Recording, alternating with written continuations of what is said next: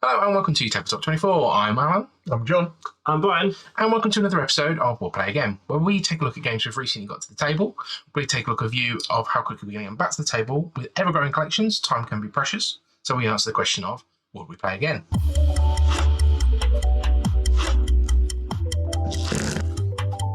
Today we have Decktective from DV Games.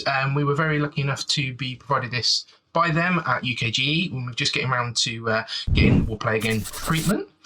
In Decktective, there is a deck of 60 cards, and we are going to be, in this particular one, solving the murder of several of Las Vegas's gangsters.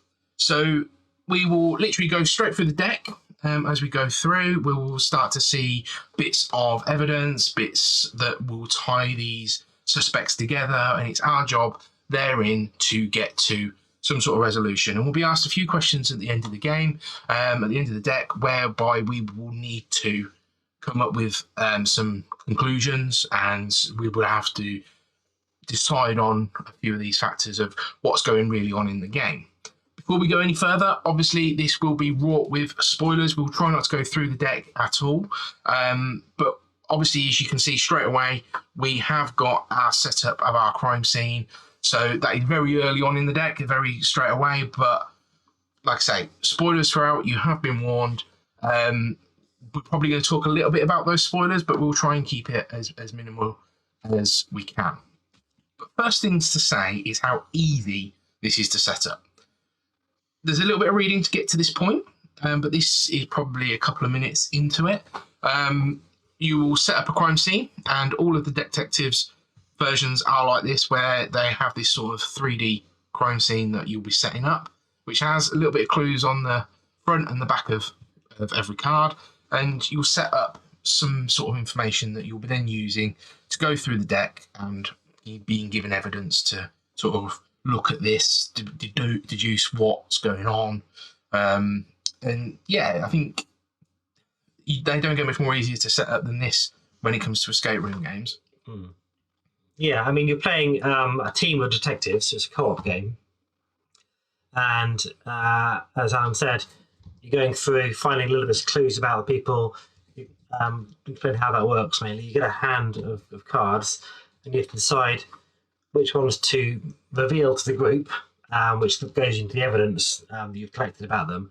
And then some of them you'll decide maybe they're not really worth having. Or there might be red herrings. And that's actually important because you can only, they've all got different numbers on the cards, and you can only play cards once you've accumulated enough those numbers. Each piece of evidence you've got has got a rating between 1 and 10, and you can only play them once you've got that number of cards in your archive. And you start off with one card, there's no evidence for this card, it's just what the game starts you with. And you'll go through it, and you're using those cards that you get. You draw a new card after you've played one, and do you want to put this bit of information out? Is it important? Is it something that you can sort of allude to? You can't tell anybody what's on that card. And if you discard it, that's it. You can't then reveal it. I felt there was a bit of a race to get enough points so we could start laying what we felt was the major parts to it. And it was good because your narrative starts to evolve and unravel itself and reveal what was going on as you lay more cards. So you have to build it up quite quickly. And there's a little bit of a slight complication to think about in that you've seen a card, you've discarded it, but you know what was on the card, but then the rest of your team doesn't know what's on the card. And quite a few times we were playing it, and I know this is true, but I can't tell you why I know. It almost becomes like a bit of a hunch almost. Yeah. And then at the end of the once you've gone through the deck, you can start talking about what you knew, what you discarded, but you can't show people what you discarded. So you have to tell them from memory almost. Yeah. So that was quite an interesting feature of this game. Yeah, it sort of gives you that little bit of push your luck with, is this information going to be vital?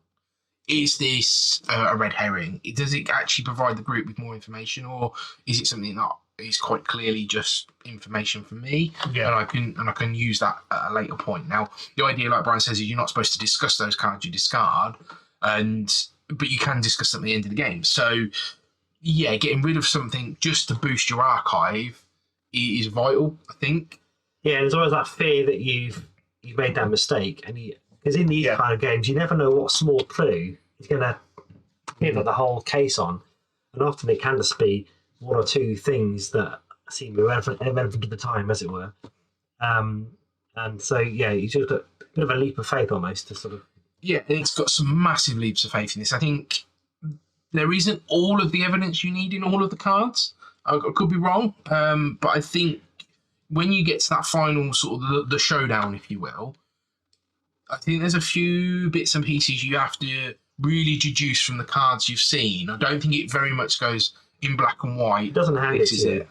Well, in that respect, it's like a proper detective case rather than an escape room where you go from one point to another point to another point. This is, you have to tally the things up to get to the right conclusion. And if you don't make that leap of faith on that connection, it can lead you off in a different direction and you don't score as well or get the maximum points at the end of the game. Which I liked about it, really, because it wasn't like you were a proper detective detecting something with clues rather than jumping from one point to another point in an escape room. I agree, and I also liked that there's periods where you stop and talk about what you're going to do next. Yeah.